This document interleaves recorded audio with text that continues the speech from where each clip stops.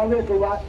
องค์ปู่พญานาคขอให้มีแต่ความสุขความเจริญสาธุอนุโมทนาบุญขอให้มากไปด้วยพวกกระชับขอให้หลวงปู่องค์ปู่พญานาคบันดาลทรัพย์ด้วยเถิดสาธุอนุโมทนาบุญล็อกเก็ตหลวงปู่มีตั้งใจรุ่นหนึ่งรุ่นสร้างเจดีย์สาธุอนุโมทนาบุญผ้าถุงหนึ่งผืนสาธุอนุโมทนาบุญบัตรล้วงไห่ล้วงโชคล้วงรางวัลบัตรละ50 บาทรางวัลใหญ่ยังไม่ออกเป็นพ่อกระบือเผือก1 ตัวลำเสร็จเรียบร้อยแล้วจ้ะพี่น้องเหรียญลูกเหมือนหลวงปู่สมเด็จ1 ปี61เนื้อทองแดง1 องค์เพิ่นลำบวงสรวงเสร็จแล้วจ้ะ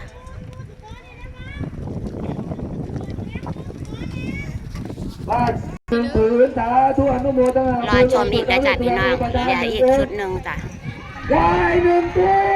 สาธุอนุโมทนาบุญกระบือเพียง1 ตัวพี่ยังมีปะนั่นจิ